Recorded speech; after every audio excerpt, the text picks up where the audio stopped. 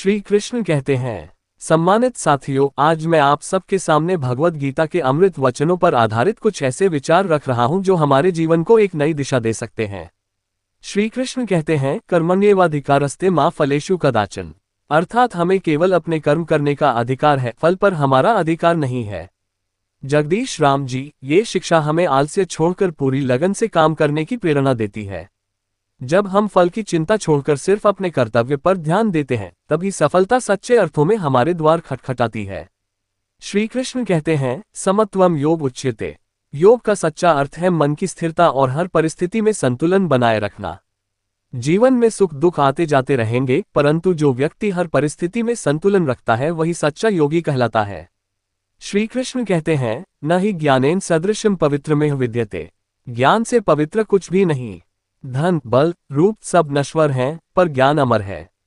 यही कारण है कि हमें निरंतर सीखते रहना चाहिए।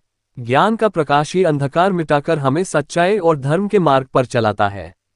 श्री कृष्ण कहते हैं, यदा यदा हे धर्मस्य ग्लानिर्भवति, जब जब अधर्म बढ़ेगा तब तब सत्य और धर्म की रक्षा के लिए ईश्वर का अवतरण होगा। ये हमें आश्वस्त करता है कि अन्याय चाहे कितना भी बड़ा क्यों न हो, अंत में जीत सत्य और धर्म की ही होगी। श्री कृष्ण कहते हैं, उद्धरेदात्मनात्मान, मनुष्य को अपने उत्थान का दायित्व स्वयं लेना चाहिए। दूसरों से अपेक्षा करना व्यर्थ है। आत्मविश्वास और आत्मबल ही हमें ऊंचाइयों तक ले जा सकते हैं। जगदीश राम जी, गीता का ये संदेश केवल युद्धभूमि के लिए नहीं था, बल्कि हमारे जीवन के हर संघर्ष के लिए है।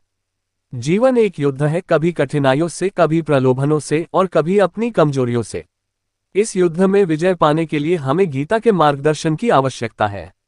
इसलिए आज हम सब संकल्प लें कि गीता के इन वचनों को अपने जीवन में उतारेंगे।